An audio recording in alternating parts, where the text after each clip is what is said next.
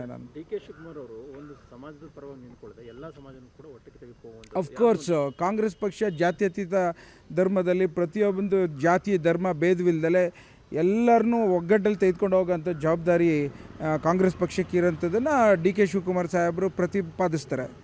ಅದೇ ರೀತಿ ನಮ್ಮ ಮುಖ್ಯಮಂತ್ರಿಗಳು ಪ್ರತಿಪಾದಿಸ್ತಾ ಇದ್ದಾರೆ. ಸೊ ಹಾಗಾಗಿ ಇದರಲ್ಲೇನು ಯಾವುದೇ ರೀತಿಯ ಗೊಂದಲಗಳು ಏನು ಇಲ್ಲ ಅಂತ ನಾನು ಹೇಳಲಿಕ್ಕೆ ಇಚ್ಛೆಪಡ್ತೇನೆ. ನಾನು ಎಲ್ಲರೂ ಕೂಡ ತಗೊಂಡು ಹೋಗ್ಬೋದಲ್ಲ ಸರ್, ಡಿ ಕೆ ಶಿವಕುಮಾರ್ ಕೂಡ ತಗೊಂಡು ಹೋಗ್ಬೋದಲ್ಲ, ಸಿದ್ದರಾಮಯ್ಯ ಕೂಡ ಈಗ ಮಾಡ್ತಾ ಇದ್ದಾರೆ, ಅದೇ ರೀತಿಯಾಗಿ ನೆಕ್ಸ್ಟ್ ಡಿ ಕೆ ಶಿವಕುಮಾರ್ ಕೂಡ ತಗೋ ಹೋಗುವಂಥದ್ದು. ಏನಾಗುತ್ತೆ ಅಂತ ಅಂದರೆ ಇವಾಗ ಹೇಳಿದಾಗ ಏನಾಗುತ್ತೆ ಅಂತ ಅಂದರೆ ಕೆಲವು ವಿಚಾರಗಳಲ್ಲಿ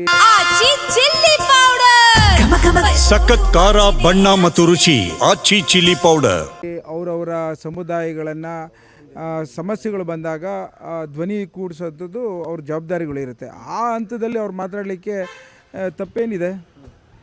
ಸೊ ಹಾಗಾಗಿ ಯಾವುದೇ ಒಂದು ಸಮುದಾಯಗಳನ್ನು ಕೈ ಬಿಡಬಾರ್ದು. ಪಕ್ಷದ ಅಧ್ಯಕ್ಷರಾಗಿ ಡಿ ಕೆ ಶಿವಕುಮಾರ್ ಸಾಹೇಬರು ಎಲ್ಲರನ್ನೂ ತೆಗೆದುಕೊಂಡು ಹೋಗುವಂಥ ಒಂದು ಜವಾಬ್ದಾರಿಯಲ್ಲಿ ಮಾಡ್ತಾ ಇರೋಂಥದ್ದು ನಾವೆಲ್ಲ ನೋಡ್ತಾ ಇದ್ದೀವಿ.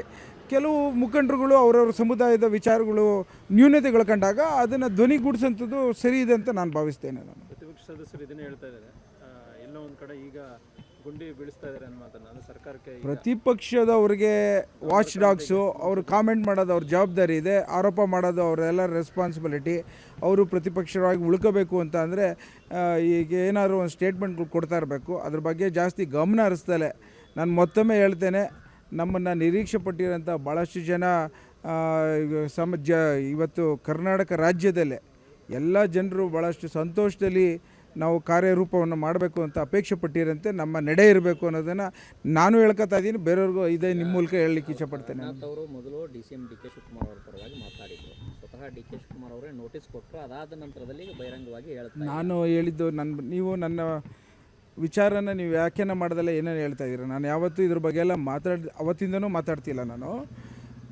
ನಾನು ಹೇಳಿದ್ದು ಉದ್ದೇಶ ಏನು ಅಂತಂದರೆ ಒಂದಿನ ಅಲ್ಲ ಒಂದಿನ ಆಗಬೇಕು ಅನ್ನೋದೊಂದು ಮಾತು ನಮ್ಮಲ್ಲಿರೋಂಥದ್ದನ್ನು ವ್ಯಕ್ತಿಗತವಾಗಿ ಹೇಳಿರೋಂಥ ಮಾತು.